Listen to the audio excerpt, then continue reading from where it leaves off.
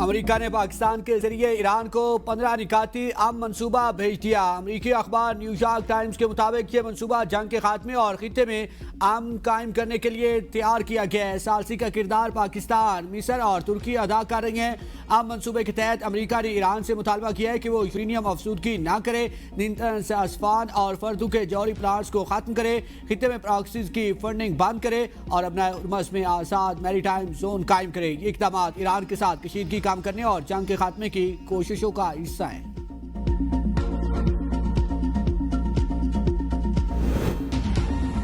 پاکستان، امریکہ، ایران جنگ کے خاتمے کے لیے بامقصد مذاکرات کی میزبانی کے لیے تیار۔ امریکی نائب صدر جے ڈی وینس مذاکرات میں شرکت کے لیے پاکستان روانہ۔ امریکی میڈیا نے دعویٰ کیا ہے کہ اسرائیلی وزیر اعظم نیتن یاہو سے ٹیلی فونک رابطے کے بعد جے ڈی وینس مذاکرات میں امریکی وفد کی قیادت کریں گے۔ امریکہ کی جانب سے اسٹیو وٹکوف، جیریڈ کشنر اور جے ڈی وینس شریک ہوں گے۔ مذاکرات میں ایران کی نمائندگی اسپیکر ڈاکٹر محمد غالباف کریں گے۔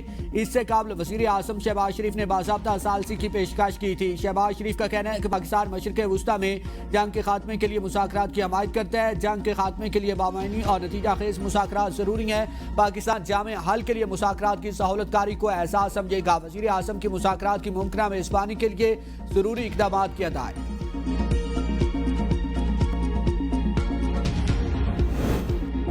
امریکی صدر ڈونلڈ ٹرمپ کی جانب سے وزیر اعظم شہباز شریف کی ثالثی پیشکش کا خیر مقدم۔ وزیر اعظم کا ٹویٹ سوشل میڈیا پر شیئر کر دیا۔ امریکی صدر ٹرمپ کی میڈیا سے گفتگو میں کہا کہ ایران نے خود مذاکرات کے لیے رابطہ کیا، چیزیں بہت اچھے طریقے سے آگے بڑھ رہی ہیں۔ امریکی وفد اور ایرانی نمائندوں کے درمیان انتہائی گہری اور تفصیلی بات چیت ہوئی۔ ایران معاہدے کے لیے بےتاب ہے۔ معاہدہ آئندہ 5 دن یا اس سے بھی پہلے ہو سکتا ہے۔ امید ہے کہ ایران کے معاملے کو حل کر لیا جائے گا۔ 15 نکات پر ایران سے بات چیت چل رہی ہے۔ نکات میں سر فہرست ہے کہ ایران کے پاس ایٹمی ہتھیار نہیں ہوں گے۔ ایران کے پاس امن کے لیے ایک اور موقع ہے۔ امید ہے کہ وہ اس سے فائدہ اٹھائیں گے۔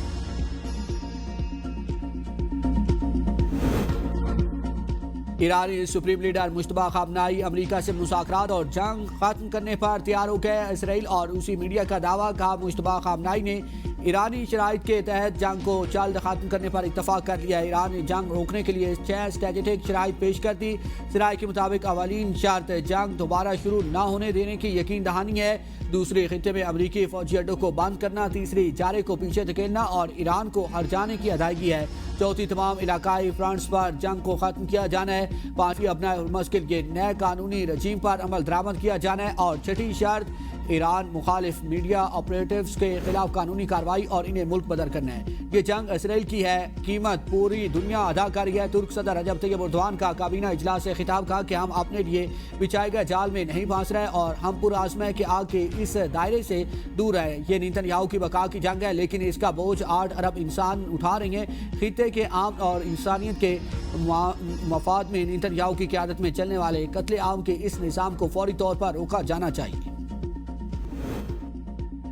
امریکی دباؤ، لبنان نے ایران سے سفارتی تعلقات منقطع کر دیے۔ ایرانی سفیر کو 24 گھنٹے میں ملک چھوڑنے کی ہدایت۔ ایران سے اپنا سفیر بھی واپس بلا لیا۔ لبنان کے وزیر خارجہ کے مطابق یہ فیصلہ بیروت کی خود مختاری کو مضبوط کرنے کی کوشش ہے، تاہم اسے مغربی اتحادیوں کو خوش کرنے کے ساتھ ساتھ اسرائیلی پیش قدمیوں کو بھی روکنے کی کوشش کہا جا رہا ہے۔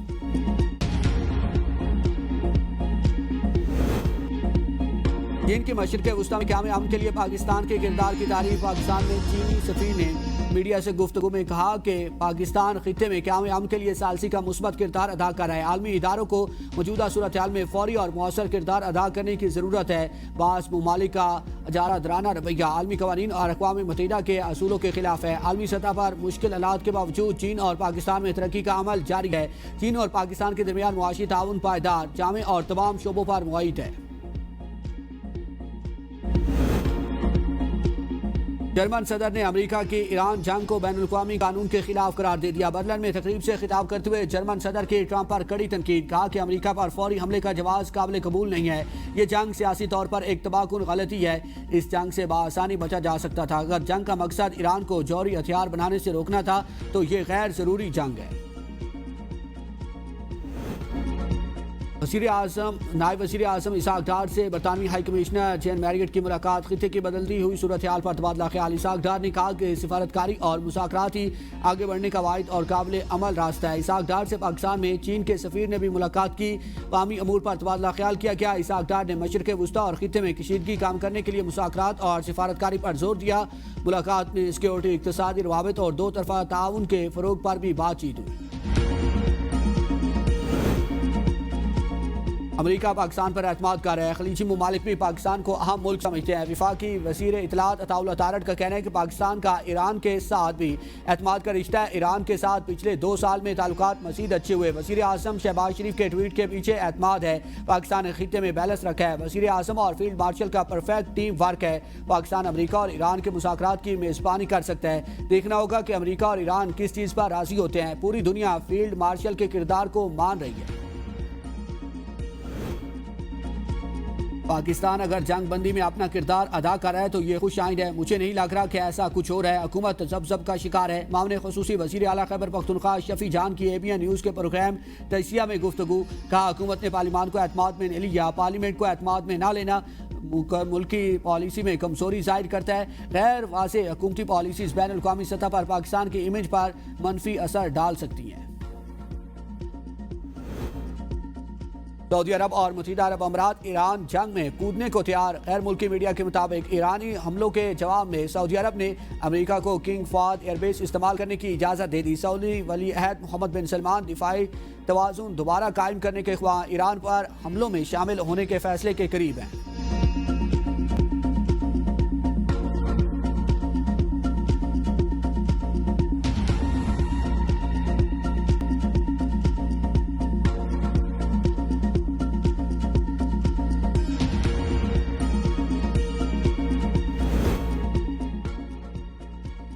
ملک پہ پیٹرولیم مصنوعات کے ذخائر تسلی بخش سطح پر موجود ہیں۔ وفاقی وزیر خزانہ محمد اورنگزیب اجلاس سے خطاب کہا کہ بر وقت منصوبہ بندی کی بدولت عالمی اتار چڑھاؤ کے باوجود ملک میں پیٹرولیم مصنوعات کی فراہمی مستحکم رہی۔ پیٹرولیم مصنوعات کی بلا تعطل فراہمی حکومت کی اولین ترجیح ہے۔ اس مقصد کے لیے مربوط حکمت عملی اور دانشمندانہ منصوبہ بندی جاری رکھی جائے گی۔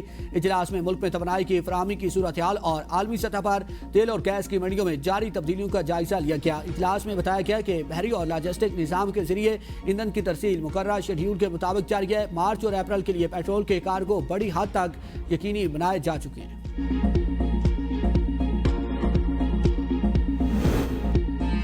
عوام پر پھر پیٹرول بم گرانے کی تیاریاں۔ پیٹرول 55 روپے، ہائی سپیڈ ڈیزل 75 روپے فی لیٹر تک مہنگا ہونے کا امکان۔ اوگرا 2 روز بعد اپنی ورکنگ پیٹرولیم ڈویژن کو بھجوائے گی۔ وزیر اعظم شہباز شریف قیمتوں میں اضافے کی منظوری دیں گے۔ ہونے کا انکشاف۔ ایران پاکستان آنے والے بحری جہازوں کو اجازت دینے پر رضامند۔ غیر ملکی خبر ایجنسی کے مطابق ایران تیل لے کر پاکستان آنے والے 3 بحری جہازوں کو اجازت دینے پر راضی ہو گیا ہے۔ ذرائع کے مطابق 3 بحری جہاز کویت سے تیل لے کر پاکستان پہنچے گے۔ وزیر اعظم کے معاون خصوصی برائے کرپٹو کونسل بلال بن ثاقب نے کہا ہے کہ اپنا ہرمز کا بحران تیل سے آگے بڑھ کر عالمی سپلائی چین کو متاثر کر رہا ہے۔ تیل کا یہ جھٹکا پہلا مرحلہ ہے، اصل بحران ابھی سامنے ہے۔ ایران نے چین آئل ٹینکرز کو بھی اپنا ہرمز سے گزرنے کی اجازت دے دی۔ صدر یورپی کمیشن نے اپنا ہرمز کی بندش کو ناقابل قبول قرار دے دیا۔ ایران نے آمد و رفت میں رکاوٹ فوری ختم کرنے کا مطالبہ۔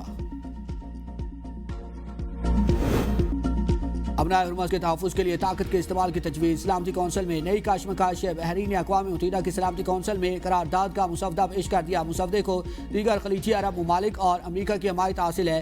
امکان ظاہر کیا جا رہا ہے کہ روس اور چین کی ویٹو طاقت کے باعث یہ قرارداد منظور نہیں ہو سکے گی۔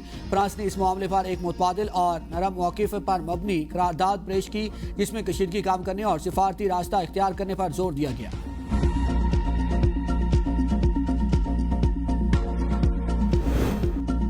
بھارت کے متصب عدالت نے آسیہ اندرابی کو عمر قید کی سزا سنا دی۔ آسیہ اندرابی کو دہشت گردی کے مقدمے میں عمر قید کی سزا سنائی گئی۔ بھارت کی دہشت گردی کی خصوصی عدالت نے آسیہ اندرابی کی 2 خواتین ساتھیوں صوفی فامیدہ اور نہیدہ نسرین کو بھی 30 سال قید کی سزا سنائی۔ آسیہ اندرابی دختران ملت کی سربراہ تھی۔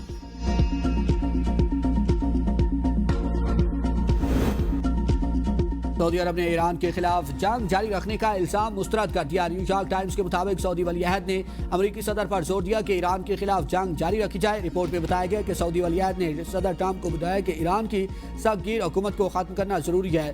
سعودی حکومت نے ان الزامات کی تردید کرتے ہوئے کہا کہ اس تنازع کے پرامن حل کی حمایت کرتے ہیں۔ ٹرمپ انتظامیہ کے ساتھ قریبی رابطے میں ہیں۔